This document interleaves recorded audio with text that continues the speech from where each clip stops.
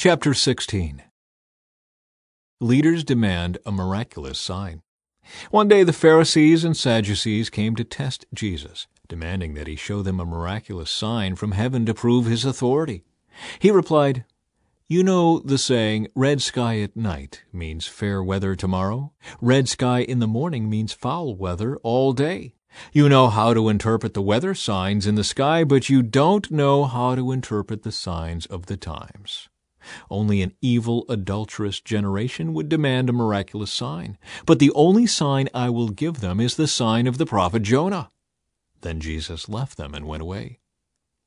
Yeast of the Pharisees and Sadducees.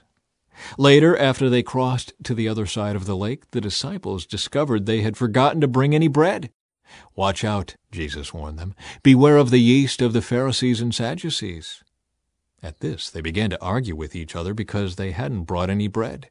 Jesus knew what they were saying, so he said, "You have so little faith. Why are you arguing with each other about having no bread? Don't you understand even yet?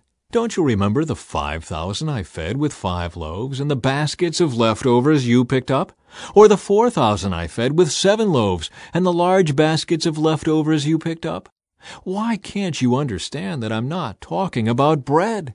So again I say, beware of the yeast of the Pharisees and Sadducees."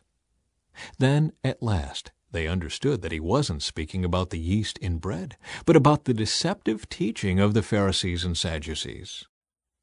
Peter's declaration about Jesus.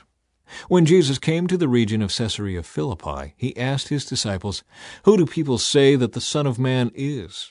"Well," they replied, "some say John the Baptist, some say Elijah, and others say Jeremiah or one of the other prophets." Then he asked them, "But who do you say I am?" Simon Peter answered, "You are the Messiah, the Son of the living God." Jesus replied, "You are blessed, Simon, son of John, because my Father in heaven has revealed this to you. You did not learn this from any human being.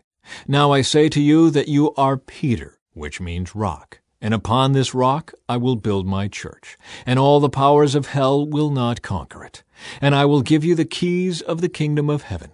Whatever you forbid on earth will be forbidden in heaven, and whatever you permit on earth will be permitted in heaven." Then he sternly warned the disciples not to tell anyone that he was the Messiah. Jesus predicts his death.